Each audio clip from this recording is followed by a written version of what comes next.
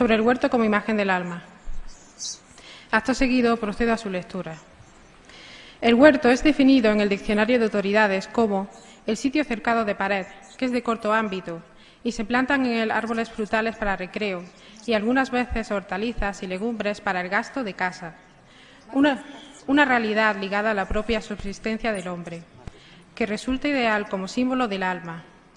La luz, el agua, todos los elementos naturales vienen de fuera, de Dios, y son los que hacen florecer el huerto, pero sin el trabajo del hombre nada de esto sería posible. La tierra se echaría a perder y se llenaría de malas hierbas, a pesar de la acción benéfica de Dios. En el libro de la vida, esta metáfora tiene una relevancia especial en los capítulos centrales. Pero, ¿cuál es su origen? Poco nos resuelve nuestra santa. Nos confiesa que la imagen no es de su invención, pero no revela fuentes. Paréceme ahora a mí, que he leído u oído esta comparación, que como tengo mala memoria, ni sé a dónde, ni a qué propósito, mas para el mío ahora conténtame. Este estudio parte de esa duda e intenta resolverla, atendiendo a sus orígenes y a cómo se configura esa imagen en Santa Teresa.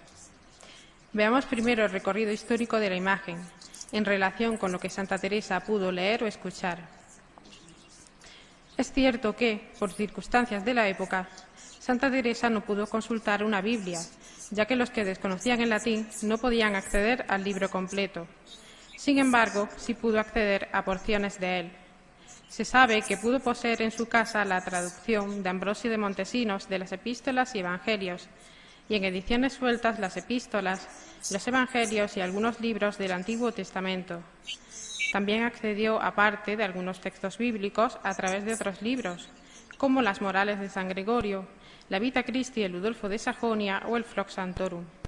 Si además añadimos lo que pudo escuchar oralmente, a través de sermones, lecturas colectivas en los Carmelos o de conversaciones con los letrados, llegamos a la conclusión de que pudo conocer, si no en su totalidad, sí con amplitud, el texto bíblico. El huerto, en la Biblia, además del sentido literal, cobra un significado especial como símbolo del alma o del encuentro con Dios, en algunos pasajes de las Sagradas Escrituras. Empecemos por el Génesis. Aquí el huerto o jardín del Edén es donde el hombre disfruta de su estado de inocencia original. Allí hay varios árboles que proporcionan alimento y sombra al hombre, junto con el único árbol prohibido por Dios, el del bien y el del mal. Desobedecen hombre y mujer el mandato divino y son condenados al destierro. El ser humano, apartado de la gracia de Dios, debe aprender a subsistir por él mismo, en tierras baldías donde apenas crece lo necesario para vivir. Pero, en el Cantar de los Cantares, se vislumbra el posible retorno del hombre al paraíso, a pesar del pecado original. El poema puede ser interpretado en varios sentidos, que no tienen por qué ser excluyentes. Puede entenderse en su sentido natural, como una colección de cantos que celebran el amor mutuo y fiel en el matrimonio. También como un poema alegórico que canta el amor de Dios y de Israel como un amor conyugal.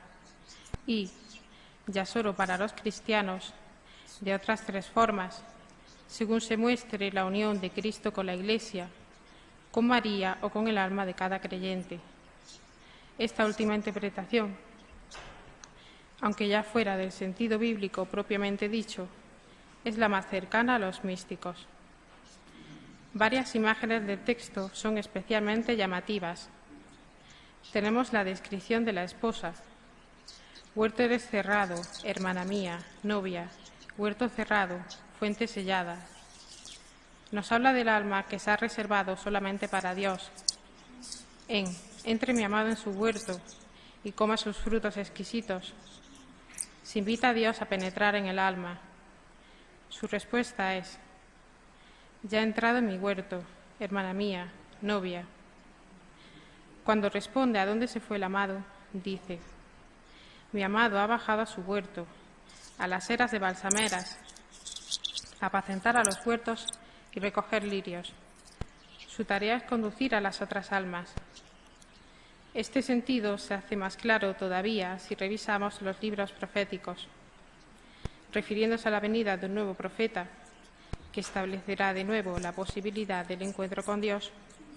Isaías dice que, como un huerto produce su simiente, así el Señor Yahvé hace germinar la justicia y la alabanza en presencia de todas naciones. Más atrás ya había dicho que, cuando haya consolado Yahvé a Sión y haya trocado el desierto en Edén y la estepa en paraíso de Yahvé, regocijo y alegría se encontrarán en ella. Idénticas referencias tenemos en Jeremías, refiriéndose a la restauración del reino de Israel, que, entendido en un sentido anagógico, sería la restauración de la Iglesia de Dios. Será su alma como huerto empapado, no volverán a estar ya macilentos. Así vemos, en esta última cita, cómo aparece la gracia de Dios como el agua que colma la sed que se siente hacia Él, ya sea la Iglesia o el alma individual de cada uno. En Ezequiel, sin embargo, se utiliza la imagen de la expulsión del Edén para señalar la condenación futura de las naciones, que habrían perdido el favor de Dios por mostrarse demasiado soberbias. Ya en el Nuevo Testamento, en los Evangelios, en Lucas aparece la parábola del grano de mostaza, comparado con el reino de los cielos. Dice así: es semejante a un grano de mostaza, que tomó un hombre y lo puso en su jardín, y creció hasta hacerse árbol, y las aves del cielo anidaron en sus ramas. Así es el encuentro entre el Señor y sus almas. Para encontrar las posibles fuentes de esta imagen en los libros de espiritualidad, hemos acudido a las lecturas que se dan seguras en Santa Teresa. En ellas hemos encontrado ecos de la imagen bíblica del huerto como alma, amplificada y aplicada a la vida práctica del creyente. Ya en San Jerónimo vemos estas resonancias. En la carta Principia vemos cómo compara la virginidad con una flor de virtud. Y ya que hemos empezado a hablar de flores y a las flores se compara siempre la virginidad, paréceme que, escribiendo una flor de Cristo, tratemos de muchedumbre de flores. En la carta Rústico, que bien puede ser un nombre o, por el contenido de la carta y las imágenes utilizadas, un apodo, vemos que se compara las virtudes con un prado de flores. No tengo por qué conducirte yo ahora por los prados de las virtudes y esforzarme para hacerte ver la belleza de las varias flores, la pureza que representan las azucenas, la modestia o pudor de las rosas, las promesas que en el reino de los cielos se hacen a la púrpura de la violeta. En el contexto del trabajo físico, aunque también con el sentido de cultivar el alma, dice: injértese también los árboles infructuosos, y así, al cabo de poco tiempo, cogerás los dulces frutos de tu trabajo. En el tercer abecedario de Francisco de Osuna, que consistiría en la reunión de varios tratados espirituales, la presencia de la imagen es aún mayor que en San Jerónimo.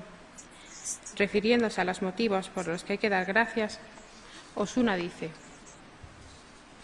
el cuarto beneficio por que has de bendecir al Señor es por te dar fruto de buenas obras del árbol malo que solía ser, lleno de mal fruto de pecados, digno de ser cortado para el fuego del infierno. Ya tuvo el Señor por bien de trasponerte en su huerto y curar de ti en tal manera que lleves fruto de buenas obras, que se pueda guardar sano para la vida eterna. Era tu ánima estéril y como tierra sin agua de gracia, y el Señor ha proveído tu falta para que no sea maldita. Aquí el alma no es un fruto, sino un árbol, aunque luego amplifica la imagen del alma en la tierra. Dios sería un lugar del alma en el que hay que situarse. Más adelante, ya sobre el corazón, afirma: el corazón del justo es paraíso terrenal, donde se viene el Señor a deleitar, porque Él dice que sus deleites son morar con los hijos de los hombres. Es entendido ese encuentro como retorno al Edén. Tras la llegada de Cristo, el paraíso ya no es un bien escondido a los hombres o un tiempo pretérito inalcanzable, sino un espacio interior donde el creyente pueda acercarse a Dios. Un poco más adelante, dentro de ese huerto distingue 3 tipos de árboles, haciendo la comparación con el antiguo Edén. El árbol de la vida, que sería la oración contemplativa, el árbol vedado del bien y del mal, que sería la voluntad, y los otros árboles, que serían otras virtudes secundarias. Repetirá la misma idea del corazón como huerto de Dios en el capítulo siguiente, donde dice que es huerto del rey Asuero, donde por su mano ingiere diversas virtudes. Si avanzamos al definir la oración del recogimiento, nos encontramos con una acumulación de metáforas, recurso característico de Osuna. Nos quedamos con el momento en el que vuelve a aparecer el huerto como imagen. Es viña que hemos de guardar con vigilancia y sombra del que deseamos, do gustamos de su fruto. Es unción enseñadora del Espíritu Santo y huerto por todas partes cerrado, del cual damos la llave a solo Dios, que entre cuando quisiere. Sobre el llanto en la oración del recogimiento, dice: y serás así como huerto de regadío, y así como fuente de aguas, cuyas aguas no fallecerán. Esta imagen se repite también aquí. Si quieres que tu conciencia, oh ánima mía, sea huerto del Señor, mira que nada es el seco, y por tanto te conviene tener en él la fuente abundosa de las lágrimas, para que esté más florido y fresco. Luego nos exhortará al cultivo de la virtud de la humildad, haciendo referencia a la parábola bíblica. Levanta, pues, hermano, los ojos para ver esta gran virtud. Mira este grano de mostaza, para lo sembrar en el huerto de tu conciencia, que, aunque es muy pequeña en los ojos de los hombres, y se llama en la Escritura virtud pequeña al parecer humano, delante de Dios crece sobre toda la otra hortaliza. De Fray Luis de Granada tenemos el libro de la oración y meditación, una guía de oración mental para los creyentes. En una de las primeras metáforas referidas al huerto y al alma, compara la fe con una semilla. Así también decimos que, aunque la fe sea la primera simiente y origen de todo nuestro bien, todavía debe ser ayudada con este beneficio de la consideración, para que por ella, mediante la caridad, salga a la luz el árbol verde y fructuoso de la buena vida que en ella virtualmente se contenía. Más adelante nos hablará sobre el paraíso terrenal.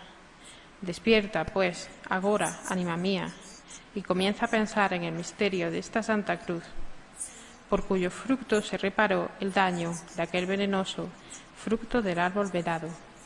Sobre la oración nos dice: porque también parece que así como la tierra sin agua está triste y desgraciada, mas en cayendo el agua sobre ella luego se viste de nuevas flores y hermosura, así el ánima sin oración es como aquella tierra sin agua que decía David, la cual cría hierbas láceas y de poco frescor, mas, enregándose con este riego, luego reverdece toda la frescura de la vida espiritual por nuevo lustre y hermosura. El Audifilia, escrito por Juan de Ávila, es un comentario del Salmo 44, en el que se dice: escucha, hija, mira y pon atento oído. Olvida tu pueblo y la casa de tu padre, y el rey se prendará de tu belleza. Él es tu Señor, póstrate ante él. El Salmo es un epitalamio, como el Cantar de los Cantares, y como el tal puede ser entendido de varias formas. Refiriéndose Juan de Ávila al Cantar de los Cantares, remitiendo a la imagen de la esposa como huerto cerrado, exhorta a la mujer a que no solo habéis de ser limpia y guardada en la carne, mas también muy cerrada y recogida en el ánima. Es subrayable esta cita porque amplifica el sentido bíblico, entendiendo que las mujeres no solo deben ser un huerto cerrado en el sentido más carnal del término, sino también más espiritual. Deben cultivar su alma como un huerto.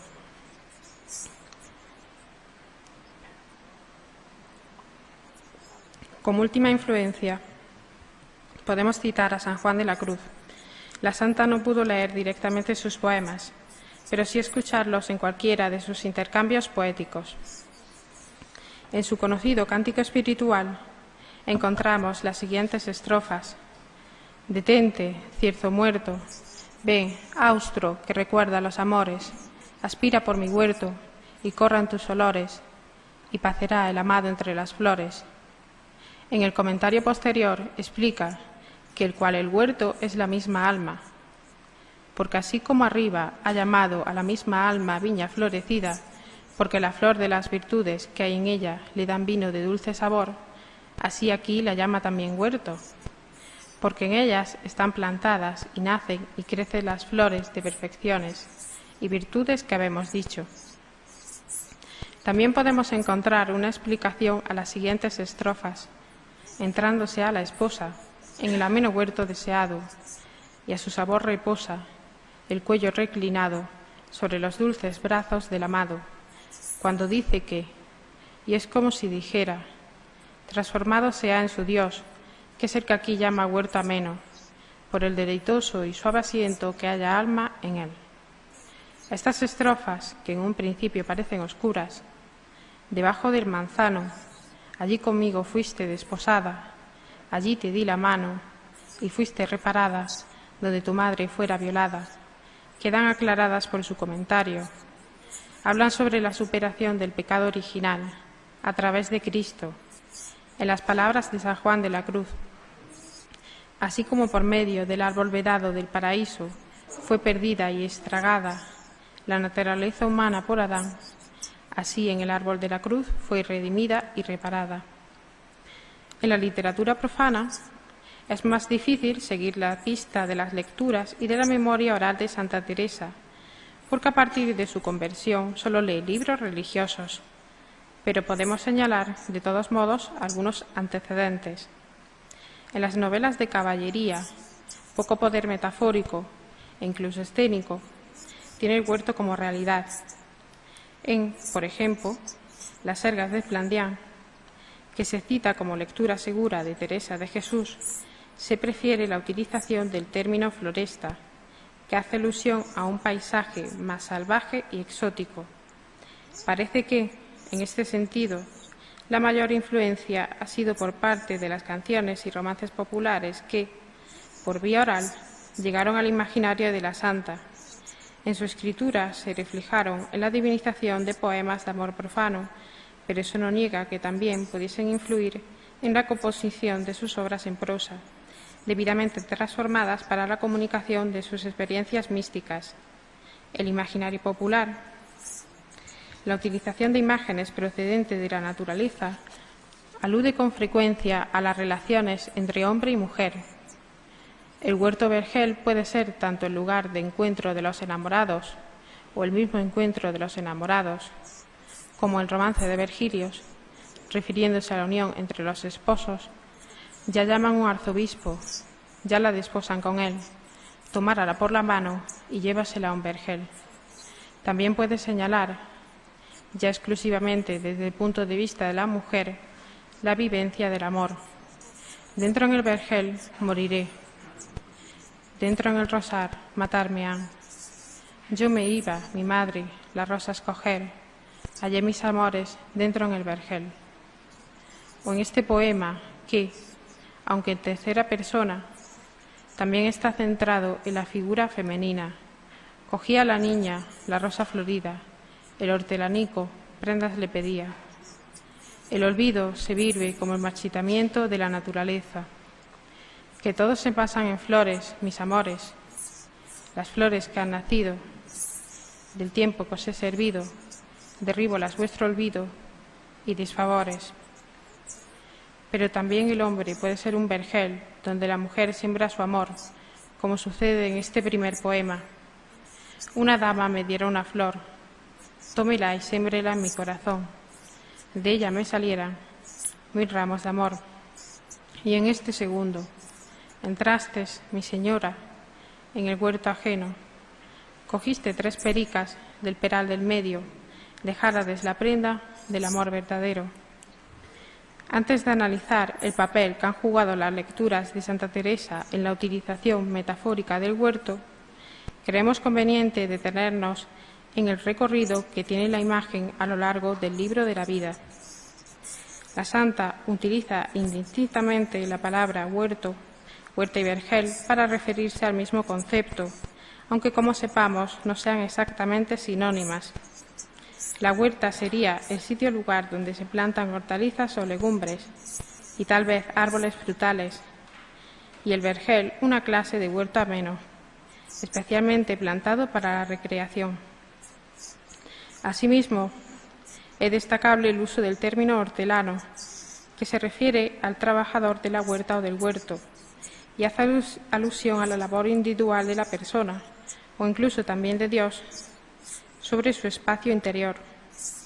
Todas estas palabras aparecen relacionadas con los campos semánticos del agua, del riego, de la floricultura y del árbol. Atendiendo al desarrollo de la imagen en el texto, aunque ya en el capítulo 9 nos hable de cómo se sirve de la naturaleza para la oración mental, y en el capítulo 10 se nos adelante la metáfora para indicar el cometido de la escritura de su vida, tendríamos que esta metáfora aparece casi exclusivamente en los capítulos dedicados a la oración, que darían sentido a todo el libro. En el primer grado de oración, el creyente, como nos especifica Santa Teresa, ha de hacer cuenta el que comienza a hacer un huerto en tierra muy infructuosa, que lleva muy malas hierbas, para que se deleite el Señor. Su Majestad arranca las malas hierbas y ha de plantar las buenas. Y con ayuda de Dios hemos de procurar, como buenos hortolanos, que crezcan estas plantas y tener cuidado de regarlas para que no se pierdan, sino que vengan a echar flores, que den de sí gran olor, para dar recreación a este Señor nuestro, y así se venga a deleitar muchas veces a esta huerta y holgarse entre estas virtudes. Refiriéndose a los 4 grados de oración, da Santa Teresa las indicaciones de cómo regado ese huerto para que siga vivo y reverdezca. Paréceme a mí que se puede regar de 4 maneras, o con sacar el agua de un pozo, que es a nuestro gran trabajo, o con noria y arcaduces, que se saca con un torno, es a menos trabajo que esto otro, y sacase más agua, o de un río o arroyo, esto se riega muy mejor, que queda más harta la tierra de agua y no se ha menester regar tan a menudo, y es a menos trabajo mucho del hortolano, o con llover mucho, que lo riega el Señor sin trabajo ninguno nuestro, y es muy sin comparación mejor que todo lo que queda dicho. En este primer grado de oración, en el que el hortelano se sirve del agua del pozo, todavía no se saca ninguna flor o fruto, simplemente el hortelano debe seguir trabajando con paciencia. En palabras de Teresa de Jesús, debe tener por grandísima merced de trabajar en huerto de tan gran emperador, porque si él quiere que crezcan estas plantas y flores, a unos con dar agua que saquen de este pozo, a otros sin ellas, ¿qué se me da a mí? En el segundo grado de oración se alivia el trabajo del hortelano, ya que, como nos dice Teresa de Ávila, el Señor del huerto ordenó para que, con artificio de con un torno y arcaduces, sacase el hortolano más agua y a menos trabajo, y pudiese descansar sin estar continuo trabajando. El huerto está en un casi florecimiento. Podemos imaginarnos a las flores ya nacidas, pero todavía cerradas, y a los árboles también, como en un comienzo de la primavera. Lo contrario del huerto sería el muladar, donde no crece nada, tal como explica la santa. Veamos cómo comienzan estos árboles a empreñarse para florecer y dar después fruto, y las flores y los claveles lo mismo para dar olor. En el tercer grado de oración empiezan a brotar las flores, y casi todo el trabajo lo hace el Señor. El olor de las flores tranquiliza al hortelano y le hace sentir que, aunque no ha dependido directamente de él que hayan brotado, sí, gracias a sus esfuerzos, ha nacido algo bueno de él. Santa Teresa nos lo explica en este párrafo. Solo me parece, está como espantada, de ver cómo el Señor hace tan buen hortolano, y no quiere que tome el trabajo ninguno, sino que se deleite en comenzar a oler las flores, que en una llegada de estas, por poco que dure, como es tal el hortolano, en fin, criador del agua, dala sin medida, y lo que la pobre del alma, con trabajo por ventura de 20 años, de cansar el entendimiento, no ha podido acaudalar, hácelo este hortolano celestial en un punto, y crece la fruta y madúrala, de manera que se puede sustentar de su huerto, queriéndolo el Señor. En el cuarto grado de oración para Teresa de Jesús tenemos: esta agua que viene del cielo para con su abundancia henchir y hartar todo este huerto de agua, si nunca dejara, cuando lo hubiera menester, de darlo el Señor, ya se ve qué descanso tuviera el hortolano, y a no haber invierno, sino ser siempre el tiempo templado, nunca faltarán flores y frutas, ya se ve qué deleite tuviera, mas mientras vivimos es imposible. En los anteriores grados de oración, el hortelano no podía compartir los alimentos que naciesen de él. Ahora sí, porque el huerto se encuentra lo suficientemente sustentado, aunque existe el peligro, como en todos los grados de oración, de que el alma vuelva a un anterior estado de sequedad. Así lo vemos ejemplificado en este párrafo. Comienza a aprovechar a los prójimos, casi sin entenderlo ni hacer nada de sí. Ellos lo entienden, porque ya las flores tienen tan crecido el olor que les hace desear llegarse a ellas. Entienden que tiene virtudes y ven la fruta que es codiciosa. Si esta tierra está muy cavada, con trabajos y persecuciones y murmuraciones y enfermedades, que pocos deben llegar aquí sin esto, y si está mullida, con ir muy desasida del propio interés, el agua se embebe tanto que casi nunca se seca.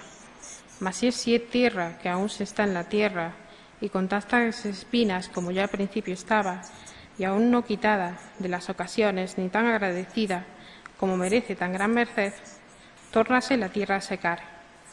Y si el hortolano se descuida, y el Señor por sola su bondad no torna a querer llover, dad por perdida la huerta. A este último grado se llega a través del trabajo, pero depende en última medida del Señor. En palabras de Santa Teresa: así que no todas veces los da porque se le han merecido engranjear bien el huerto, sino que es su voluntad mostrar su grandeza algunas veces en la tierra que es más ruin, como tengo dicho, y disponerla para todo bien. Parece que nos encontramos ante una alegoría perfecta, con la siguiente equivalencia de símbolos. El huerto vergel sería el alma que se deja a disposición de Dios, y el hortelano, el creyente que trabaja las potencias del alma dedicada a Dios, a través de la oración y del ascetismo. El agua sería la gracia divina, el árbol las bases sólidas sobre las que asentar la fe, las flores y las frutas, las virtudes que nacen de la conjunción del trabajo personal y de la gracia divina, siendo las frutas virtudes más aprovechables que las flores, el olor, los efectos visibles de la virtud, y el verano, un estado de beatitud y felicidad. Desde un punto de vista negativo, tendríamos el muladar, que sería un alma sin la gracia de Dios, las malas hierbas y el rastrojo, el pecado, y por último el invierno, la sequedad espiritual. La conclusión definitiva parece ser la clásica. Estos capítulos se estructuran en torno a una alegoría procedente del imaginario bíblico del Cantar de los Cantares, pero esto no nos resulta tan claro. Antes de continuar, tendremos primero que definir la diferencia que existe entre la alegoría y el símbolo, su aparente contrario. La alegoría sería una figura que consiste en hacer patentes en el discurso, por medio de varias metáforas consecutivas, un sentido recto y otro figurado, ambos completos, a fin de dar a entender una cosa expresando otra diferente, y funcionaría como la sustitución de un texto por otro, y el símbolo consistiría en utilizar la asociación o asociaciones subliminales de las palabras o signos para producir emociones conscientes. La relación que establecería el símbolo entre la realidad y la imagen sería a través de la metonimia, por la señal y lo señalado. Tradicionalmente se ha aceptado que, como ha dicho la Pesa, todas las grandes construcciones teóricas de Santa Teresa están basadas en imágenes constitutivas de magistrales alegorías y que, en San Juan de la Cruz, los términos metafóricos son símbolos ricos en resonancias emotivas y vagos de contornos. Pero parece olvidarse que el cántico espiritual de San Juan de la Cruz, aunque por costumbre se suele leer desgajado de sus comentarios, forma en realidad con ellos un conjunto indivisible. Si los leemos atendiendo a su sentido verdadero, veremos una explicación idéntica a la que da Santa Teresa de su imagen. Para los dos carmelitas, el huerto sería el alma que se halla con Dios y las flores las virtudes que nacen de ese encuentro. Centrándonos en Teresa de Ávila, este hecho no se explica partiendo únicamente de la Biblia o de la literatura religiosa de la época. Es cierto que la imagen procede en su raíz de las lecturas, tal como reconoce la misma santa, pero no se puede explicar la riqueza con que es desarrollada en la vida si nos quedamos solamente con lo que pudo leer. Como hemos podido ver, aunque se repita con cierta frecuencia en el imaginario religioso, no hay una coincidencia exacta entre esa alegoría y los capítulos centrales de la vida. Además, siempre que aparecen los autores religiosos de la época, es acompañada por una cita bíblica, hecho que no se da en Santa Teresa. Creemos que la coincidencia de imaginario entre los dos santos no se origina tanto a partir de una compartida lectura del Cantar de los Cantares, como sí de la vivencia de experiencias religiosas similares. Juan de la Cruz estaría más cercano al simbolismo, pero con esa posibilidad de doble interpretación, y Teresa de Ávila se situaría más cercana a la alegoría, pero manteniendo la complejidad y libertad metafórica propia del lenguaje místico. El huerto, muy presente en la vida diaria de ambos, le sirvió como realidad a través de la cual mostrar su sobrenatural relación con Dios, como le servía a los letristas tradicionales para expresar sus sentimientos amorosos.